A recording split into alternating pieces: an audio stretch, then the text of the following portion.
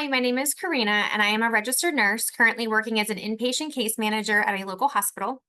I recently completed my senior practicum project for my RN to BSN degree at ECPI University.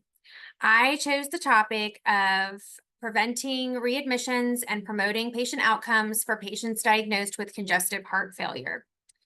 In my current role as a nursing case manager, I often see patients with CHF readmitted, and they are often readmitted due to inability to get medication, lack of understanding or education, or lack of understanding and education on the part of their caregiver, and just a lack of overall community support. In most of these cases, there were identifiable social determinants of health that were either never assessed for or they were assessed for in the past, but nothing was ever done about it. They were never connected to any community resources, and it just was never addressed.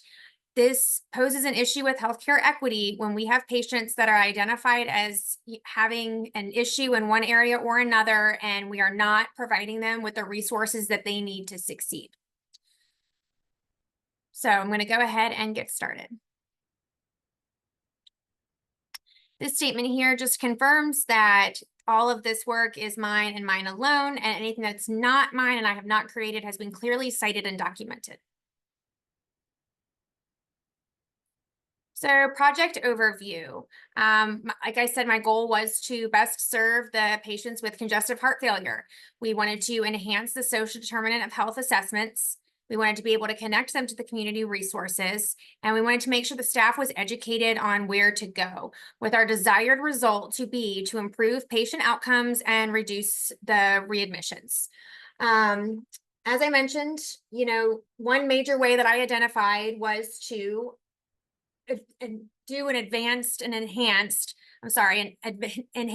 social determinants of health assessment for these patients and educate the staff on what was needed. According to White, Williams et al., 2020, social determinants of health have a direct relationship with patient outcomes and risk of readmissions, especially in patients with CHF.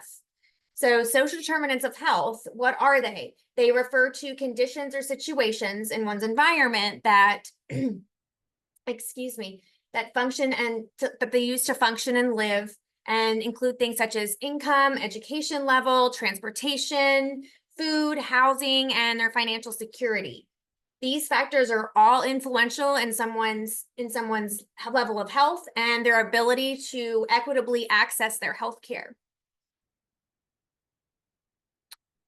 So we had to create objectives. I surveyed the staff to ask, what were their barriers? Where did they feel like they didn't have the support to help these patients succeed once they go back into the community?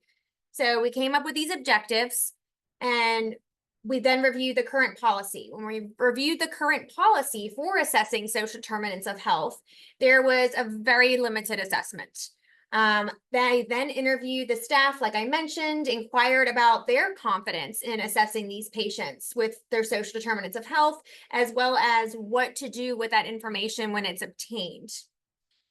The interviewed staff members, they all stated that they either didn't know where to find the assessment, or they knew where to find the assessment, but they didn't know what to do with it once they had it. They had no list of resources, no chain of command to go to. They didn't know the policy on it. They just didn't understand what they had to do with their hospital stay. Some of them said, I don't think that that's my job. I thought that's what social workers in the community were for. It wasn't that they were being negligent. They truly just did not see their importance in this step as a nurse. For the interviews, after these interviews, I then created my purpose of educating the nurses on social determinants of health, what it entails, how it affects patients, and specifically those patients with congestive heart failure. I knew I would need a resource for these nurses to be able to refer back to. So I created a resource booklet, and it had the assessment in it. It had by each step, if the patient answers yes, here's what you can do. If the patient answers no, here's what you can do. And I had those resources all clearly lined out for these nurses as well. All right. So I had to create my lesson plan. So with my lesson plan, I had, by the end of the lesson, the learner will be able to just like you see, explain what social determinants of health are and how they impact patients with congestive heart failure and their outcomes.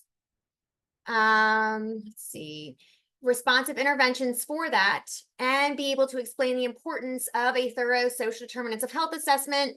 That way they can prevent those readmissions. That way they can promote those positive patient outcomes. To measure the effectiveness, I issued that quiz that was at the end of the session, and that was done through the assistance with feedback from my mentor and from the participants. Okay, so through an extensive literature review, I identified the key questions to ask when it comes specifically to patients with congestive heart failure.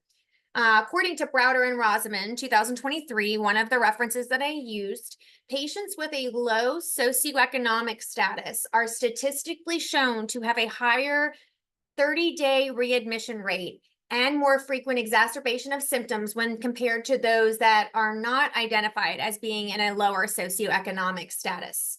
So proper assessment of these patients and then connection to those community resources is crucial for us to be able to improve patient outcomes. If you click on the link that I have right here, that will actually take you to the assessment that I created. Community resources. As I mentioned, I created that booklet that had all those community resources in there. So this is a small example. If you click on that link, it will bring you to the one that I created for the financial resources. We also created it for food insecurities, for transportation, and for housing.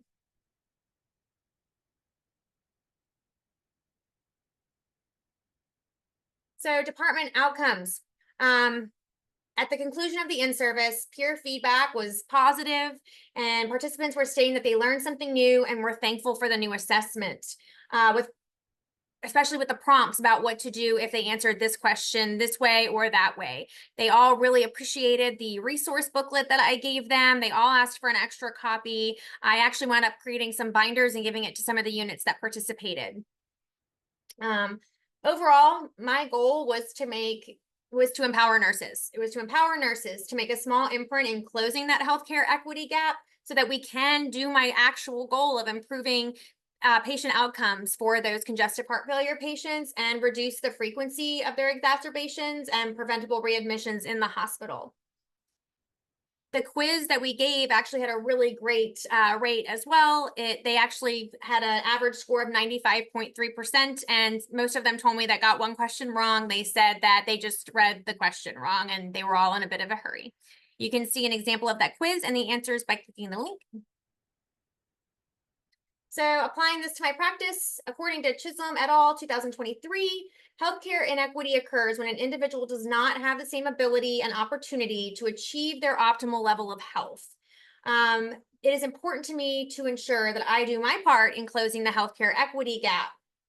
Through this project, I learned a lot about social determinants of health. I learned a lot about social determinants of health and how to better assess these patients, what nurses need to be empowered to do this. I was happy to learn how many nurses and nursing leaders were open and agreeable to learning this information, and the importance of having a quality mentor was everything to me. By being able to have her as a resource, both in my research and in a clinical setting, it definitely set me up for success.